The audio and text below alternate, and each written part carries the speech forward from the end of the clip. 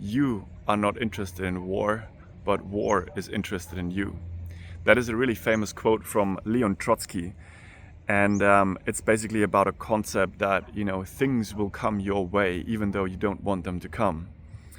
It is quite the phenomena because, so many things are outside of our control. Humans always think they can control everything, but it's not the case at all. And it's usually enough to just, sometimes look to the side or ignore these things, right? And because they're simply too painful, the conversations we know we should have, or the problems we know we're dealing with, but we're too lazy to find a solution for them, or we're just like trying to, talk everything good, oh, it's all right, it's gonna be fine. But sometimes, the war is coming towards you, and you have to defend yourself if you want or not. Otherwise, you're just gonna be eradicated, right?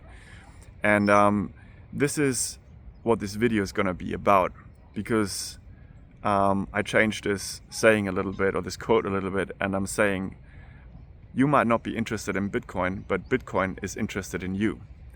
So if you look at what's going on around the world, with governments, printing so much money and flooding the economy with money, and the prices of everything, the groceries, the cost of living, rent, holidays, if you want to buy a house one day, it's almost impossible for my generation, the millennial generation, to buy something out of your own pocket, right? Because mortgage, like interest rates are high. And if you think that, politicians, whatever they tell you, are going to change anything about this, left, right, up, down, I don't care which side you're on, it's not going to change. The next 5 to 10 years, the inflation around the world, whether you're in America or in England or in Australia like me, it won't stop. And if you look at here, what the house prices are, a 1-bedroom apartment here in Sydney, which is I think the second most expensive real estate market in the world, is $1 million. $1 million for a 1-bedroom apartment. And it's like, I'm quite a tall guy, I'm like 6'5", like that's like 1.95 meters. And I can't even turn around in that little thing, and you're like, how am I gonna ever be able to afford a house, at this place? And it's just quite scary if we look into the future like that. And what's happening here is a war against the middle class, right? Whether that's intended or not, I don't really know.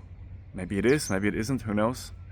But the pure mechanics behind it, what's actually happening is a ride-out war against the working class, because, these are the majority of the people, and it is the backbone of every economy, pretty much. And we are getting taxed, with like 40-45%. And then the invisible tax, which is inflation, runs at around 10-12% probably. And they tell you it's like 2-3%. So it's just not true. It's just not gonna change, right? And it is a ride-out war against the middle class. The mechanics of it is just a ride-out war. And that war is interested in you, because I know a lot of people are just kind of ignoring it, and it's like, oh yeah, food's really expensive, and rent's really expensive, and it's like, yes, it is. It's interested in you. You have to deal with that problem, right? You can't just like look aside and hope and pray that everything is going to be better. It's not going to be better. It is just going to be worse. It's like, I think a lot of people just find comfort in ignoring these problems, but it's not going to go away. And therefore, Bitcoin is interested in you, right? You might not be interested in Bitcoin, but Bitcoin is interested in you, because the solution to that problem is saving in Bitcoin, right? Because you simply have an asset which cannot be printed out of thin air. It cannot be debased. It cannot be controlled. It has a hard cap of 21 million. You can never create more. And it's just the ultimate scarcity in the universe. And it's absolutely amazing if you start saving in Bitcoin and you get interested in it. and you utilize that weapon against that war or to fight that war, right? It's still going to be hard.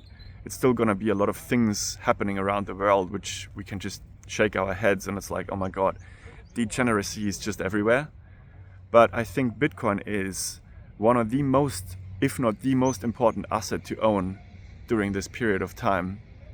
And I know some people will say, you know, oh no, gold's better because what are we going to do if, you know, the internet gets shut down or electricity gets shut down or we have a blackout or whatever. It's like, yes, if you want to, of course, if you want to calculate that scenario in, then a couple of gold coins or a couple of silver coins probably won't get you far either. You probably need weapons and food in that scenario. Alcohol, cigarettes would be a good idea. But I try not to be a doomsday guy. You know, I do believe in human ingenuity and that human beings come up with a better solution. And I found it. You know, Bitcoin is just giving hope back to people, especially to my generation, the millennial generation, and you know, everything younger, everyone younger. Excuse me. And this is why Bitcoin is interested in you, and then hopefully once you see that, you become interested in Bitcoin and you can make your mind up about it and start allocating a little bit of capital and see how it goes. Again, this is not financial advice. You have to do your own research. I'm not a financial advisor. I'm just sharing experiences and opinions. And yeah, it's you're not interested in war, but war is interested in you.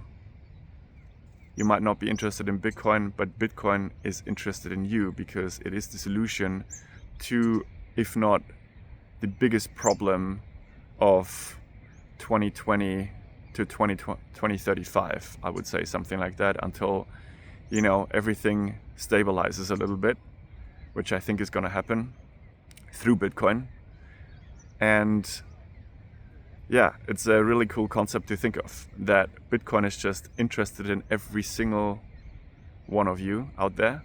8 billion people can utilize it and fight the war against currency inflation, against government control, and against all the degeneracy which is happening all around.